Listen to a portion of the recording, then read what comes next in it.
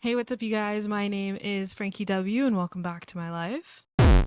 Welcome to the second film diary that I'm filming, and hopefully, these continue to happen.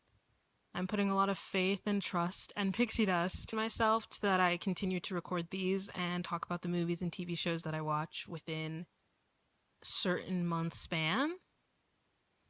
Who knows if this is working. Yes, I have upped the budget. I'm kidding. And now I have a mic that I can use, and hopefully this helps me a lot. Just like last time, I have it written down to talk, but I also am going to use my phone using serialzd and letterboxd to log my movies and TV shows that I watch. And this is going to be for March, April, and May. So this is like spring watches, my spring film diary. Starting off with TV, I watched 20 episodes of TV in the span of 3 months, and all of it was in March. I think I've talked about it a little bit, but it's actually so hard for me to watch TV. I don't really know what it is. I don't know why, but I'll get really into a show and then I have to watch all of it, or like I'm into a show but I can watch it very sparingly. In October, when My Hero Academia is back, I will be tuned in, locked in every day, every weekend, every Saturday, I think is when it like went on Crunchyroll slash other types of websites. But that's besides the point. The reason that I was watching TV in the first place is because of The Sex Lives of College Girls. Season 3 of The Sex Lives of College Girls came out, and this is when Renee kind of leaves the show. Also, I'm filming this past May, so Leave Me Alone by Renee Rapp is out, and she did in fact say, took my sex life with me. Now the show ain't fucking. And you know what they aren't doing is fuck. I mean, that one girl did lose her virginity. I mean, it was getting good near the end. It was unfortunately really slow in the beginning, and I was like, I don't know if I'm interested. I did watch some style analysis about the season because a lot of people were like, well, Renee doesn't look like Leighton anymore. It's just Renee's style. It has nothing to do with Leighton. But it is a really interesting conversation about like how Leighton dressed in season one as a rich white girl, kind of cosplaying as straight. And now she's a rich white girl who knows she's queer and is like coming into her sexuality and identity, and how the styling of the character evolved with her, and it's really interesting. There's like new characters that are supposed to be our like Renee Rapp replacement, and with that, the quadruplet, the quad turns into a trio, but they requested a quad dorm, so they have to get a roommate with them, and they get this overly religious virgin caricature of a person. Similarly to Kimberly, like had a boyfriend, breaks up with the boyfriend, and is discovering herself without the boyfriend. But I think the only interesting thing about her character, well, it's on purpose. She's joined the theater as a pageant girl, being like, I'm gonna do theater. It's not that hard, whatever. She can really sing. And I'm gonna be honest, her singing Never Enough at the end actually got me. Girl, was I about to shed a tear? Like, oh, you had me emotionally invested. And it fucking sucks that, sometimes it takes a second for a show to get good.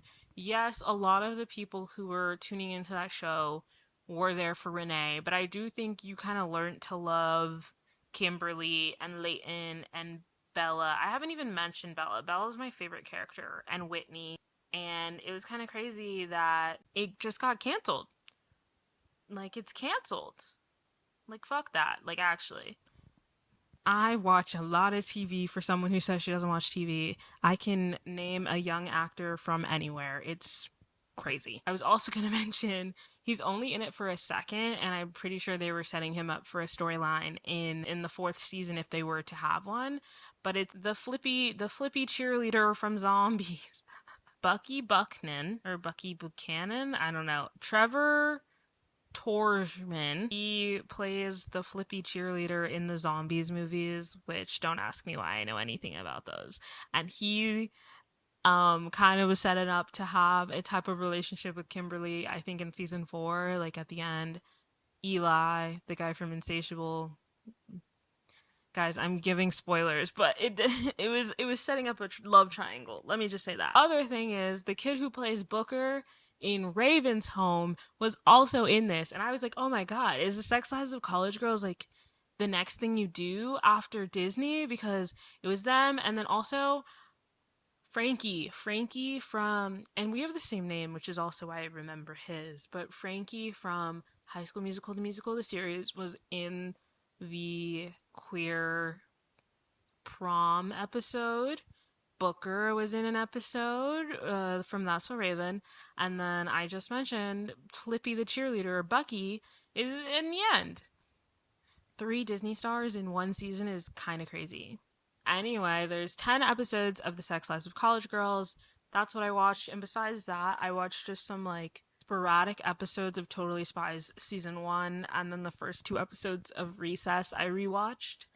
I can't really tell you why, but I was in a mood. Oh, I think I was explaining what Recess was to Katrina. I was explaining cartoons to Katrina. There are things in my home that are named after Totally Spies things. So my friends are like, what does that mean? And I'm like, it's from Totally Spies. And they're like, never seen it. So I was explaining Totally Spies, and I put it on in the background, and we were watching it. And then I was talking to Katrina, and I was explaining like Recess, Codename Kids Next Door, and just a bunch of like staple cartoons to me. And she had never seen them. And then we literally watched the first 2 episodes of Recess because they're like, what? 2 episodes make 30 minutes, so they're like 15 minutes each or something. Okay, and now we're gonna talk about the movies I watched in March, April, and May. I will say that now that I'm looking at these stats, I think I calculated it just like absent-mindedly counting Sinners twice. In total, I watched 17 movies with 1 rewatch. 4 of them I can't talk about, so I'll talk about the other 17. But with that, 11 of them were 2025 releases, 1 was a 2024 release, and 1 was released before 2022, and it was Nobody, released in 2021. Had 1 rewatch, which was rewatching Sinner, so I watched it twice in the span of 3 months. Second time on 70 millimeters. Yeah, I got into the screening. You jealous? I also saw 1 animated movie. Opening letterboxd, guys. This is gonna be a lot.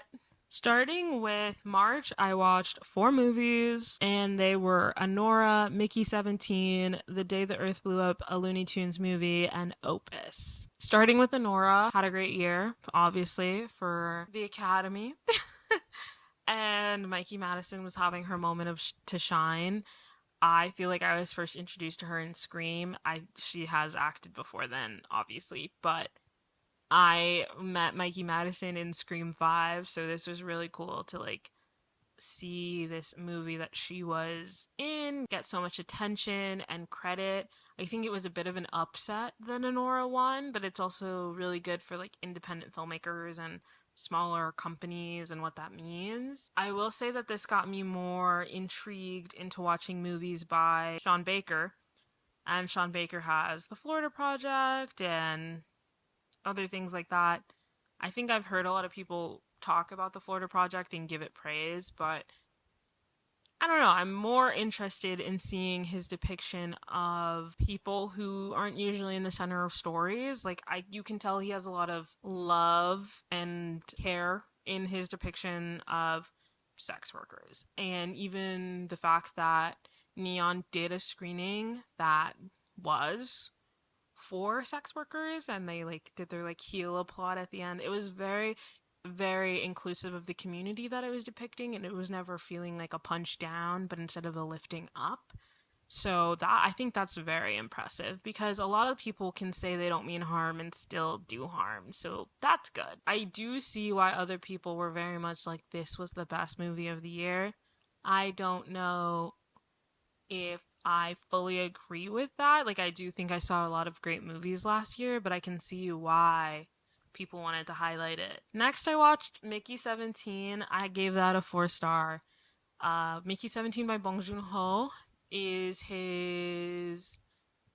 I like how everyone when talking about Mickey 17 has to be like, this is his next movie since Parasite. It's like he also made Snowpiercer.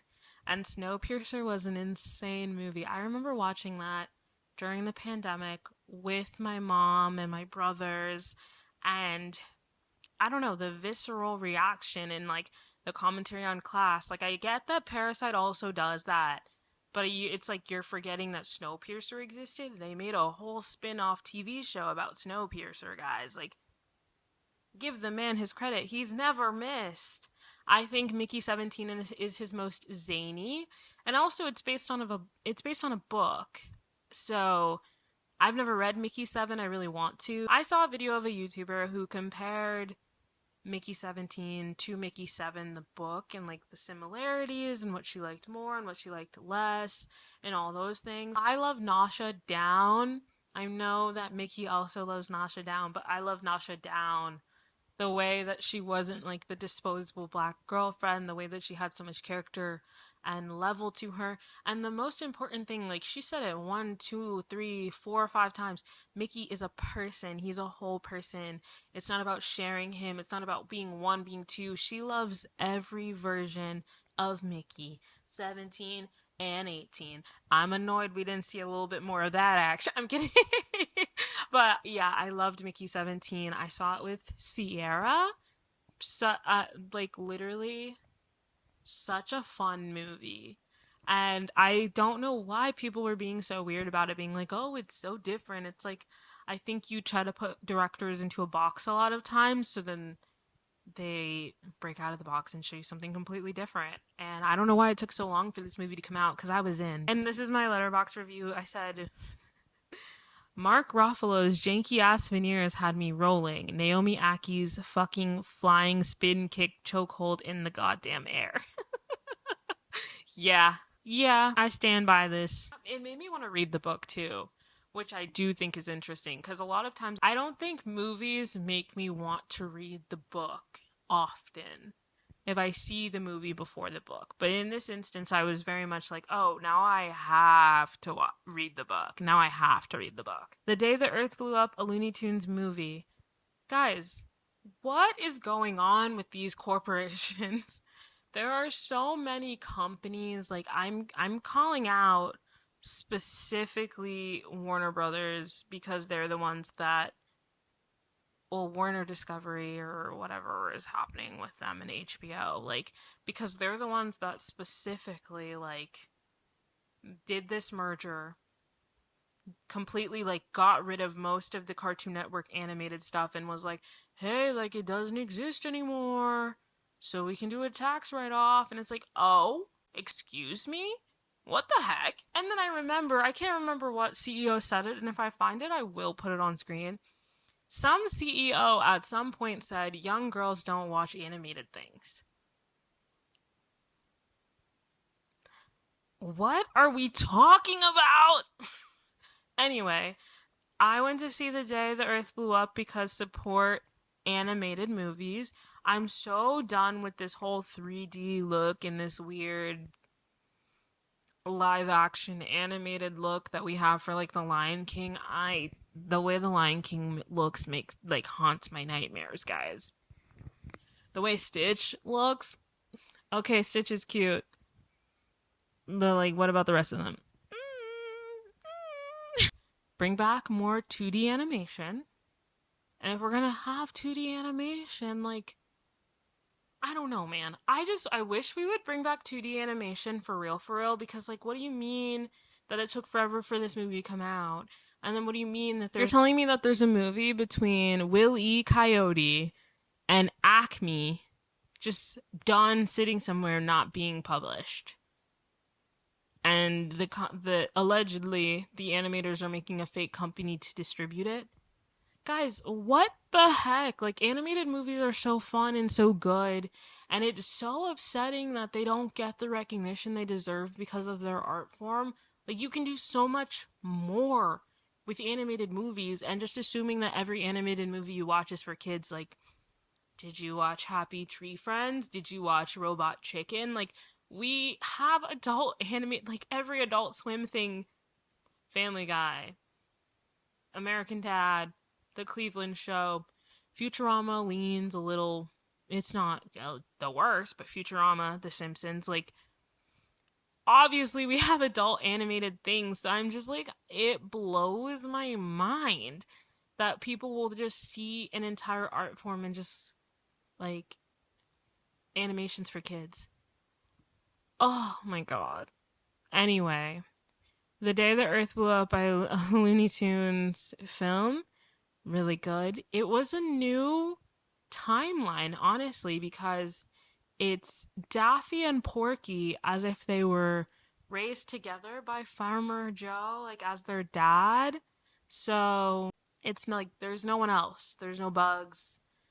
There's no bugs. There's no Willie Coyote. There's no Tweety. There's no Sylvester. There's no one else. So it's like they got found in a barn and they got raised together, which is so funny because like I feel like anyone who knows Looney Tunes also knows that Daffy makes fun of Porky in a lot of adaptations, or they're just not really super close. So making them like adopted brothers slash friends and working on that dynamic was so intriguing to me, and I loved it. And it was a good subversion. The villain is not the villain you think. I had a fun time. And it's been a while because people aren't making comedy movies anymore. And you know what the comedy is? That. And there are some new age jokes in there, but there's some old school Looney Tunes jokes in there, and the new ones fit right in. There was a joke about his 401k. There was a joke about being influencers. I was just like, wow. It you can tell it's of its time in a really cool way where it's like not. You can just tell it's of its time, and it was really good. I'm gonna be honest with you, like I had a great time watching it, and I'm so upset about the state of like how animation is going right now. Like I'd love for animators to be supported, and I'd love for animators to make movies and original content without it being such a big deal. And the last movie that I watched in March is Opus, starring Iowa Debris. She plays a kind of unknown writer named Ariel who gets invited along with a bunch of other prominent figures to the album release of an artist who's kind of disappeared from the limelight and has been living on a compound. And basically, it's obviously a cult, but freakier stuff starts happening, and it feels like Ariel is the only one who's noticing.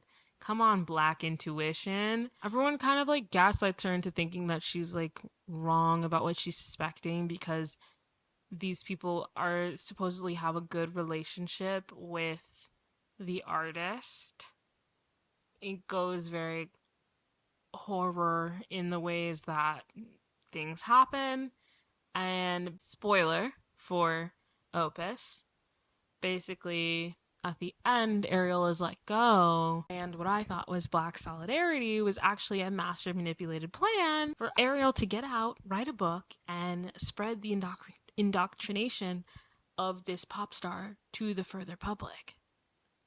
I did actually pick up on where the movie was going very fast. I think my review for on letterboxd said I did predict the ending when they arrived to the compound, but I always loved the reason behind it. Young Mazzino barely being in this is a crime. I just love me some Young Mazzino. Ever since I saw him in that SZA music video, wherever he is, I'm like, you, sir, you. I kind of knew from the beginning that she would be the only one escaping, and I kind of knew that she was gonna write a book about it. I like some of these things are like, okay, yeah. Like some of them felt like they were doing it for just the plot line, but I think it was still a really interesting movie. I think just because the whole going to a compound cult and getting indoctrinated thing, I think it could have had a really interesting subversion if something else happened, but that doesn't mean it's bad. I just think a lot of people predicted the ending and that made them have a lower rating because they wanted to be shocked or surprised, which I don't think you have to be shocked when watching a movie. I think people who expect to go in and have their expectations subverted always are always in for more disappointment because at 50-50 chance, you know? But that's just me. April. In April, I watched 4 movies again. I watched A Working Man, Warfare, Sinners, and Nobody. A Working Man is the sophomore version of The Beekeeper. I feel like it had a bigger budget than The Beekeeper, but it's by the same director and starring Jason Statham. So The Beekeeper came out last year, and I talked about it last year, and it's Jason Statham, who is a former secret government man, like FBI, CSI, but something bigger, and it's called Beekeepers. And a bounty hunter, maybe, I don't know. Secret organization within the government, very much giving shield, you know? And his whole thing was that he was retired and he wasn't doing that anymore, and he was just living his life being a regular old beekeeper. And then his neighbor, who's this elderly black woman, ends up going, like, being a part of some phone scam where they, like, rob her of all of her money, and Jason Statham's, like, the most disrespected people in America are the elderly. Like, I've already said this before in a video, so I'm just reiterating myself here. But he avenges her, and her daughter, who's a cop, is kind of just along for the ride with him now. A Working Man is all of those types of ingredients, but less interesting, you know? Because in the other one, we had, like, Josh Hutcherson secretly as the big bad, and the twist, spoiler for Beekeeper, Josh Hutcherson is the vice president's or the president of the United States' son. He's the first son or he's the vice president's son. Either way, he's in the White House and he should be untouchable. And then Jason Statham is like, I'm pretty sure Jason Statham kills Josh Hutcherson in that movie. But anyway, in this movie, I feel like there are less fun elements. So he's a working man and he's a former military black ops guy. He used to be part of the Queen's Royal Guard. He used to be part of whatever. Anyway, David Harbour is in this too, which was really shocking. He's a blind man who lost his eyes in the army or in war with Jason Statham. So Jason Statham doesn't like to, like, fight unless he has this guy's permission, I guess. Yeah, let's go with that. Girl, don't ask. Don't ask. So his wife is dead, I'm pretty sure. So the grandfather on the wife's side is raising his daughter. He only works at a construction site, used to be in the military and all that jazz. And I guess when the construction site's big boss, his daughter gets kidnapped / goes missing, and the dad's like, I know you're some type of something, like, please save my daughter. And at first he's like, I don't know what you're talking about, I can't help you. And they're like, please. And something happens where he's like, okay, I got you. And then it turns out that this is all through, like, guys, I do not know gangs. I apologize to any affiliated bangers that are watching this video for the misrepresentation of your organization. I'm just gonna call you the Bratva. I don't remember what the gang was in the movie, but the Bratva is the gang that Oliver Queen deals with in Arrow.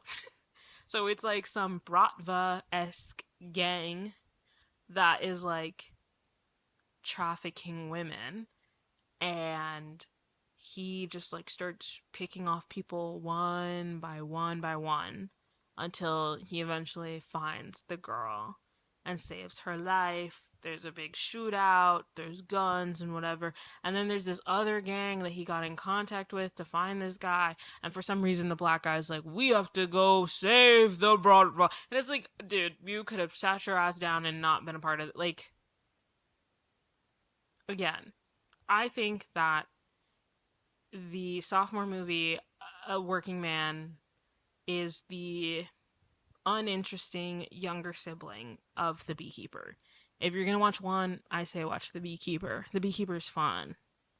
And it has a slightly higher rating on letterboxd. The Beekeeper has a 2.7, and A Working Man has a 2.3. Next movie, Warfare. I didn't even rate this movie, but no, this is one of my favorite movies of the year.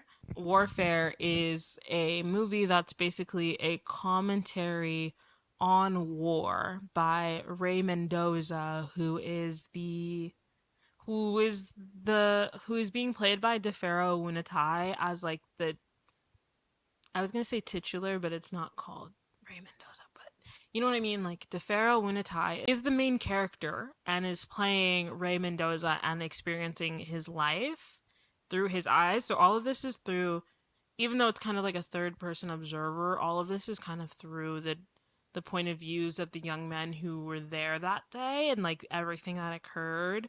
And DeFaro is our main focus because Ray, as the director, like these are his memories, and it was so nice because when they were doing press for this movie, and I saw a lot of the ensemble interviews, like I knew this movie was super serious because even though they do silly, goofy press, when they do serious press, they were very serious about this movie. I thought like maybe it was more ensemble than I expected because way back when, guys, when they first announced this movie, and the only thing we had was the random photo of all of them bald headed together.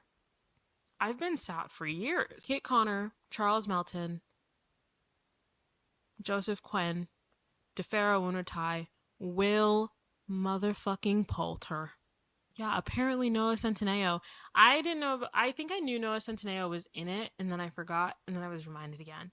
Guys, Charles Melton does not come until halfway through this movie, and you see Noah Centineo even less. But it is that name recognition, so I understand that. You know what I mean? But crazy. I loved this cast. I think this movie was so poignant. It felt so visceral and real. I was a little annoyed because the movie is so quiet that like any noises in the theater were irking me because I was like, girl, if you don't shut up and watch the fucking movie. Somebody brought their literal 5-year-old daughter to this and I was annoyed. I was annoyed because she's like, what?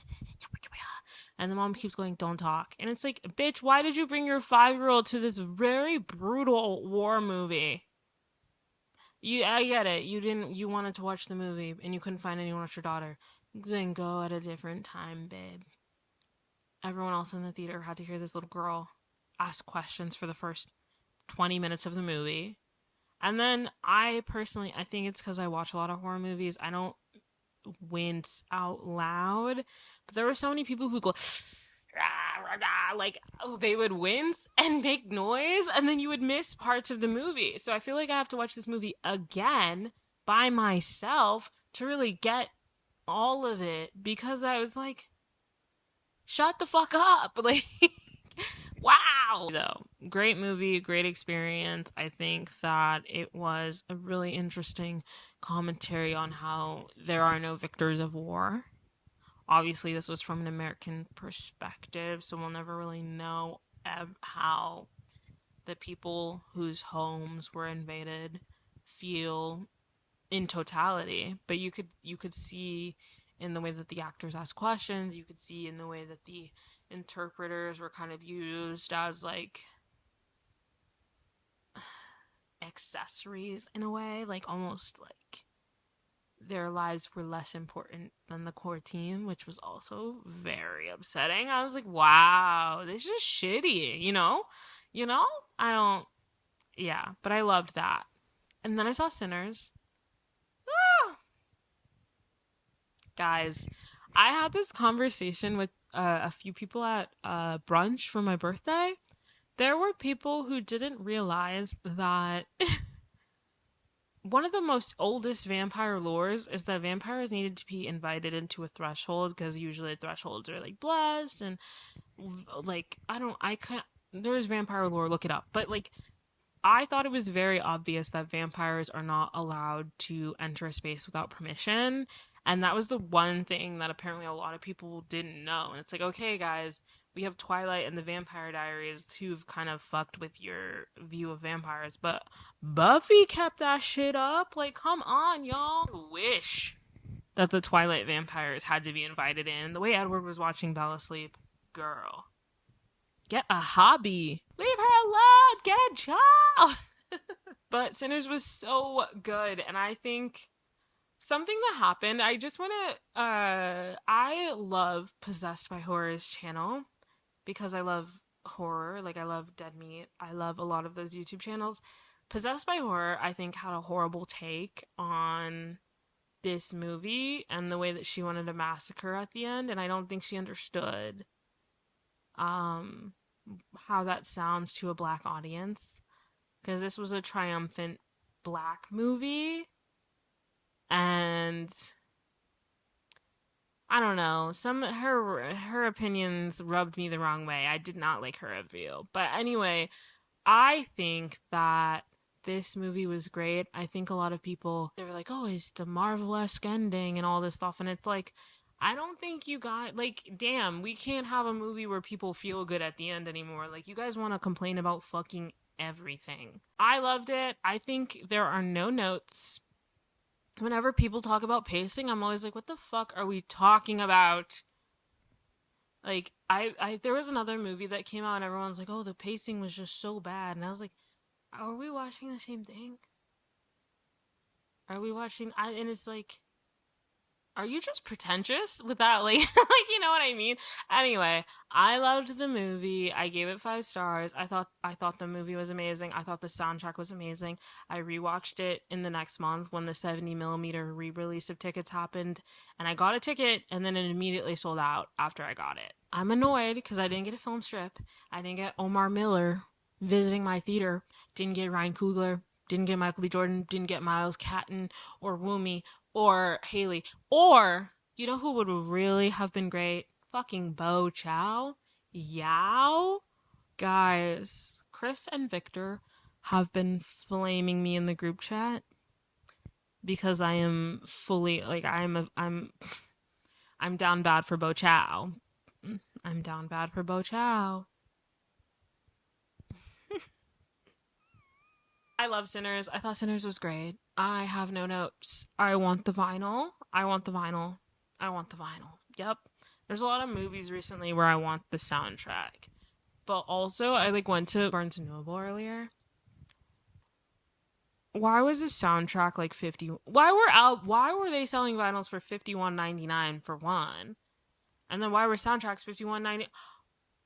Yeah, you need help. Seek help. What was Ugh, I hate a bitch that wants to overcharge. Anyway, last movie that I watched in April is Nobody, released in 2021.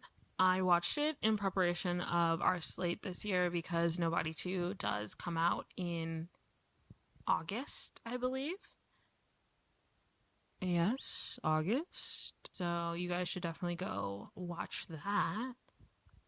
When it comes to Nobody, I didn't love it, but I think it's because it took so long to build up to the subversion that I think gets like publicized in trailers and stuff where they're like action, action, action. So when you're watching the beginning and it's boring, I'm gonna have this issue with Companion actually. So Companion started marketing that she was a sex bot. And the minute that they started marketing that she's a robot and she doesn't know she's a robot, it's just like you're waiting for that to happen. And so that's why I didn't like it as much, unfortunately. So the same thing kind of happened with me with Nobody, is because Nobody, he's supposed to be this like fighter, action guy. And the whole beginning of the movie, he's so boring. And I get that it's the setup of the movie and it's the point, but it just took too long for me for it to get actiony that I started becoming disinterested. You know what I mean? I gave it a 3 stars. I did like it, and I do think when it kicks up, it kicks up. You know what I mean? Like, whoa, the bomb, and like he does like a he does like a Tom and Jerry setup of like Home Alone Tom and Jerry setup where he's like trapping people and like blowing things up, and it's so funny. And because of that, like I had a great time. But again, took a while. I get it. I love to say that like I love a long form video. I love a podcast. But when they talk about Gen Z's attention span getting smaller, it is, but only when I'm bored. Like if you had me entertained, I would not be sitting like this, man. Like watching him like forget to take out the trash every day and he was wearing like the exact same outfit. I was like, these are just recycled clips. He doesn't even change. Okay, and then last but not least, in May, I watched 6 movies. One of them's a rewatch, so 5 new movies and 1 rewatch. I watched Until Dawn, Companion, Bring Her Back, Thunderbolts, Sinners, and Final Destination Bloodlines. Until Dawn, I've never played the game. So I know, like, when I saw Uncharted with Victor and Layla and Chris, they were, like, very annoyed with the discrepancies between Uncharted and Uncharted the game. Same could be said about this one. I know public outrage was insane because this is not at all the Until Dawn game.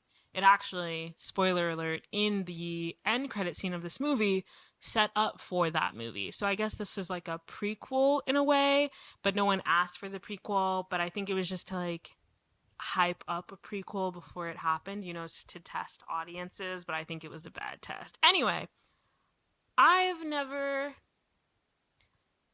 played the game, so I don't really know everything. I thought it was decision making and that Jordan Fisher is in it.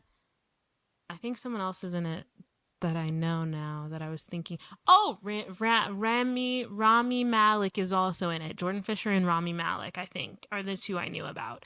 But anyway, I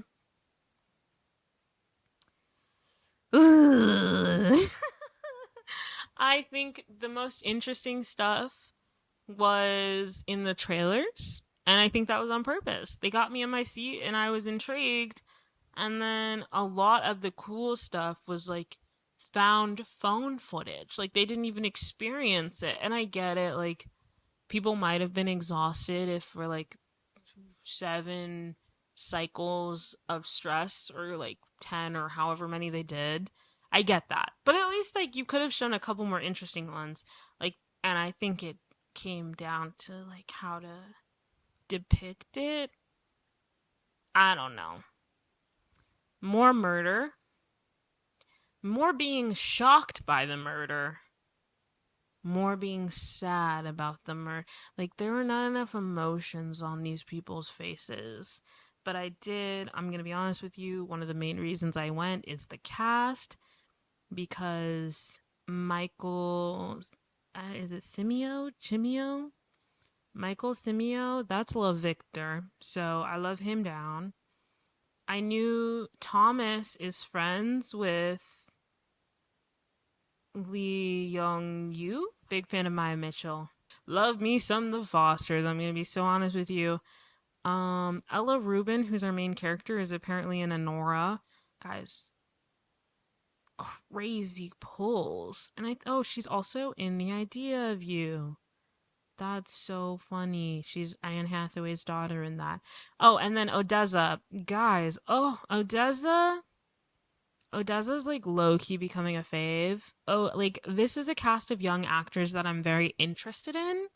And that's like one of the reasons. Like I could even say the same for like some of the cast in Final Destination Bloodlines. I was like, well, I'm going because I'm a fan of this person. So that did get me to the theater. And it did get me to sit, and the storyline just didn't get me to stay. Ooh. But I gave it a 3 stars, so I liked it more than I liked The Companion, which is saying something. I think this is a hot take of the year. People are going to hate me for this, because everyone whose reviews I seen gave it, like, 4s and 3s. Okay. I was going to watch The Companion in theaters. And then... Oh, Sid gave it a 2. Okay, period. Sid gave it a 2.5 as well. Oh, Cinemonica gave it a 2. Perfect. I feel more validated. So when I first started seeing trailers and snippets of The Companion, it was the scene with, what is this actress's name again? Sophie Thatcher, who I did watch earlier last year with Heretic. And apparently she's in Maxine. Period to Sophie Thatcher. The clip of Sophie Thatcher and Jack Quaid sitting across from each other and Sophie's arm is being burned, that's what all I saw. And I was like, ooh, intrigued. And then the trailer came out and it was great. And it's like, I think right before week of release, wave 2, 3 of publicity, they started like promoting that she was a sex bot. And the air deflated. and the air deflated. Guys, I have Annie Bot on my bookshelf to read. It's basically Annie Bot. Companion is basically Annie Bot. I'm 100% like, I haven't even read Annie Bot yet, and I can tell you from like listening to the reviews of the booktubers that I watch about how like Annie Bot is a sex robot who gains sentience and realizes that she doesn't want to be with the guy anymore, and she gives herself agency. Yeah, I don't even know what to say. So they started promoting that she was a sex bot. There was a like companion box at the junket when I was looking at press opportunities because I follow press, but also a lot of the talent were like making content in those things. Also, Megan Suri is in this. Love her. Love Megan Suri. They started really heavily marketing that she was a sex bot, and that really upset me because I was like, guys, what the heck? Like, we couldn't have left this until like after week of I was gonna see it like week of opening, and literally finding out that she was a sex bot. I was like, well, that's the twist, isn't it? And guess what? It is the twist. So they gave away the twist. At least for like Thunderbolts, which also came out this month, they waited until after week of release to do their twist with the posters, which is like, honestly, I was hoping you would wait another week so more people could see it, but it did get more butts and seats, didn't it? So shout out to Sebastian Stan for actually walking around with a bunch of posters in his arms for those shots. The plot of Companion is Jack Quaid jailbreaks his sex bot, who is Sophie Thatcher, and she doesn't know she's a sex bot. And he jailbreaks her, and then basically implies and makes it possible for her to murder, and then sets up a situation where she would get assaulted, sexually assaulted. So she would have to kill him, and then they would just report the crime and get the money from it. What the fuck? What the fuck? And then he gets mad at her for not wanting to be with him after this. Men are crazy. And there's another plot twist that actually wasn't spoiled in the trailer about another companion within the group, which was really interesting because honestly, until the like I kind of like I wasn't really thinking about it until the reveal, and I was like, oh shit, that adds another layer to it all, you know? I feel like there was more that could have been explored with the whole companion bot of it all, more about the robots. Like, we do see what happens when you can like reset them with your phone. We see how her voice changes. I think what's really I think we do see a lot of like that on the second half and when he's explaining everything to her, but I don't know, man. I was way more interested in the industry of companion bots than like anything Jack Quaid was doing. And that's no offense to him. He did a really good job acting as his character. I was just more interested in the companion bots than I was in the people in the movie, you know? Next, I went to an early screening of Bring Her Back. It was through, I guess, A24 Close Friends because Naya and Sierra both have AAA24, and I'm supposed to be getting it, guys. I just keep forgetting. I have so much going on, I always forget. And basically, they have AAA24, and you get to be on the A24 Close Friends list, I guess. So Naya won basically screening tickets through that. And then I saw Alex and Pablo there, who were invited because they're influencers.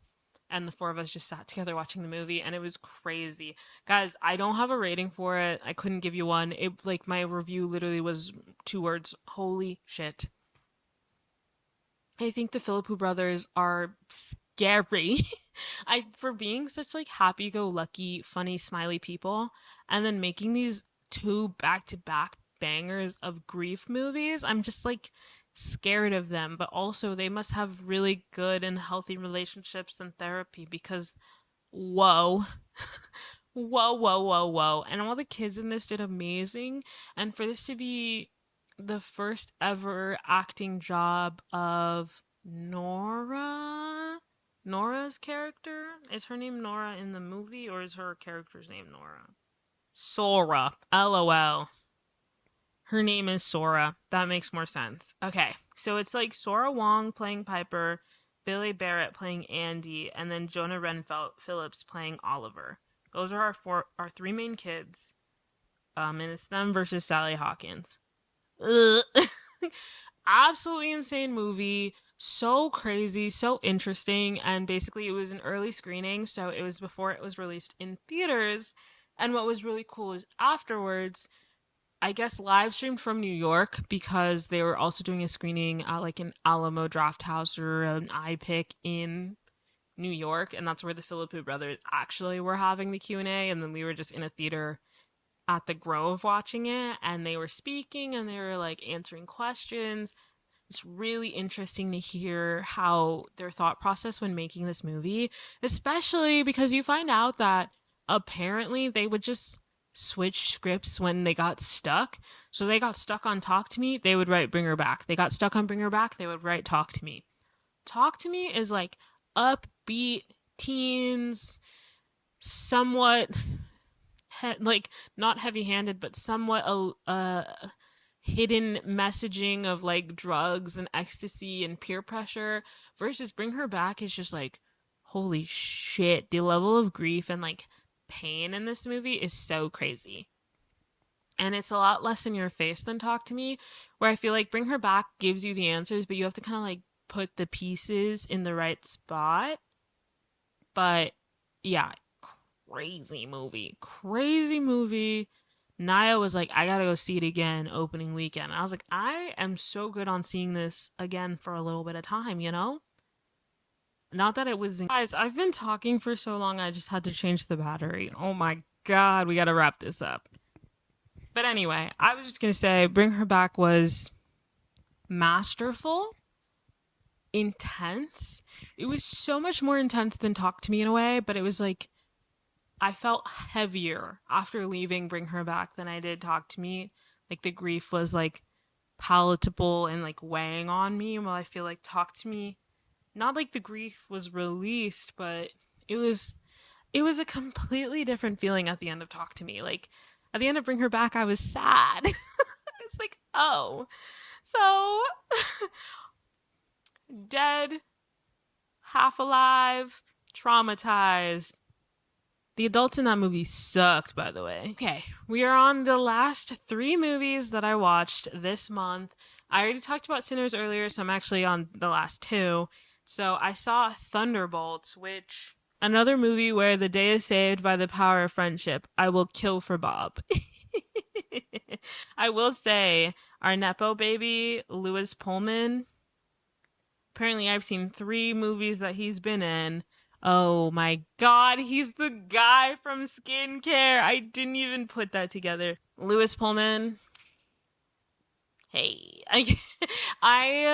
This movie was good. I am a little annoyed that it's getting so much hype compared to like Captain America. Also, I do want to just say like a lot of racism has come back up because of the ending of Thunderbolts, which is fucking stupid. People are mad that Sam and Bucky are fighting over the Avengers name when they should be. Because Sam was appointed Captain America by Steve Rogers himself. And there's no Iron Man in this world yet, baby. Like Ironheart is coming. Ironheart is coming, guys. And you better fucking tune in for it, too. Ironheart is coming, but she's not here yet. There is no Iron Man. There is no big man to pay for everything, okay? So when Tony Stark died, I don't know where the copyright for the Avengers went. I don't know where it went, but it was owned by S.H.I.E.L.D. and then Tony Stark. And I bet you if Tony Stark died in his will, he gave it to fucking Captain America or something. And guess what? Captain America is now a grown, crusty old man, bro. And he gave his shield away to Sam fucking Wilson. Like, it's so annoying. And Bucky was supportive of it. It's so annoying when people shit on Captain America because he's black. Like, and I understand that some people shit on Captain America because he's Captain Save-A-Ho, but that's also a Captain America trait. Like, let's be so fucking for real. Last movie that I watched in May, and the last video that I'm going to talk about in this video is Final Destination Bloodlines. Let's get this out of the way first. Breck Bassinger, I said this about Olivia Holt in when I was talking about Hard Eyes, but Breck Bassinger, I will support that girl in everything she's in. Miss Bella and the Bulldogs. I've been here since day one, right? Same with fucking Owen Joyner.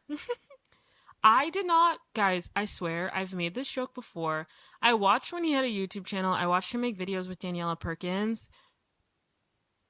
I've never seen Night Squad on my actual television. I don't know what time it comes on. Didn't come on times where I could see. Also, obviously, the show is not meant for my age group, but like there are people from Bella and the Bulldogs on that show. And then him and then I think Savannah from Night Squad get put into Julie and the Phantoms. And I was like, oh, like they come from the same show that I've never seen.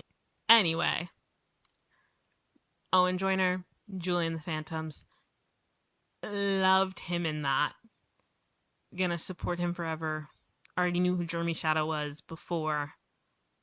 But like Owen Joyner, I was like, Owen Joyner and Breck Bassinger in this movie? Say less, I'm there. I was already gonna watch it. It's Final Destination. That's like one of my favorite horror franchises. If you watched my Hear Me Out cake video. But like, let's be so honest. Like, so many Gen Z people, and also people are so fucking annoying. Like millennials, hi, I am strictly Gen Z. I make jokes sometimes that I'm a zillennial because I had an older brother who was 12 years older than me, but I'm a Gen Z. We know what Final Destination is. Okay? We watch the same stuff. Like, people always be like, yeah, your generation doesn't know. Bitch, it was rerunning until 2012. Like, we watched a lot of the same shows. And I always say some of my favorite cartoons are the ones that came out in the 90s. And people be like, you weren't even alive when that was out. Babe, it was replaying for a while. Like, you think it just stopped existing when you grow up? Like, what are we talking about? Anyway, it was so funny because when Final Destination finally started, they were like, your generation doesn't have a Final Destination movie, and that's why you're not scared of things. I will never get LASIK eye surgery because of Final Destination 5? 5? No. Yeah! I will never get LASIK eye surgery because of Final Destination 5. The log chuck thing, I'm also scared of it. Girl, you know I'm scared of fire escapes because that boy slipped and the pole went into his eye. Ugh. The fucking the fucking acupuncture pins being pressed into his body, the fucking spray tan beds, them being stuck in it. I remember it all. And it was all crazy. Okay? 3 and 4 are no, not 4. I lied. 3 and 5 are some of my favorite Final Destination movies to ever exist. The kills in 2 are amazing. But the main character of the second movie, who's JJ in Criminal Minds, don't like her. Don't like her. I'm so sorry, JJ. I love you. AJ Carter? AJ something? Yeah. Anyway. Final Destination Bloodlines, it was closing loop, and it was basically explaining why those other movies were happening in a way which I thought was really funny, where it's like, oh, like all these families and all of these people only exist because they haven't died yet, right? And that was something that kind of got explored in 2, where it was like a lot of them would have been dead if Flight 180 hadn't happened, or if the people of Flight 180 survived. It was a really, like, 2 does it so well. 5 is one of the greatest plot, like, subversions in the series. I really like 3. I think everyone my age, like the Gen Z, love 3 just because it's fun. And then no one likes 4. 5 is amazing. and becomes everyone's favorite after you watch it. And Bloodlines being sixth movie, Final Destination has never really taken death as seriously as maybe like Saw, I guess. Like, yes, the deaths are gruesome, but they're always like played with a slight bit of levity to them because you knew that they were gonna die in a really horrifically zany way because death. What does death not do? Death. What is it? Death takes no prisoners. Whatever the saying is, man. I just love the movie, and also seeing Tony Todd. Wow. That like hurt my heart. So he's basically in all of the Final Destinations except for 4. And I just think it's so wonderful for him to get to say goodbye to a series that loves him so much. Like a franchise that loves him so much. And yeah, not to end the video on like a kind of somber note, but I just truly I love Final Destination and I'm a really big Tony Todd fan, so I'm so happy that this was the last movie he was ever able to make. May he rest in peace. Okay, guys. Sorry for the tone shift, but that wraps up all the movies that I watched in March, April, and May. I think I'm gonna make a summer watch list video, kind of talking about the movies I want to keep watching. I am at I'm like still very behind on my goal of how many movies I want to watch. And I feel like summertime is when I really kick into gear and I watch a lot of things. And I also watch a lot of things when I travel. So I'm not too scared.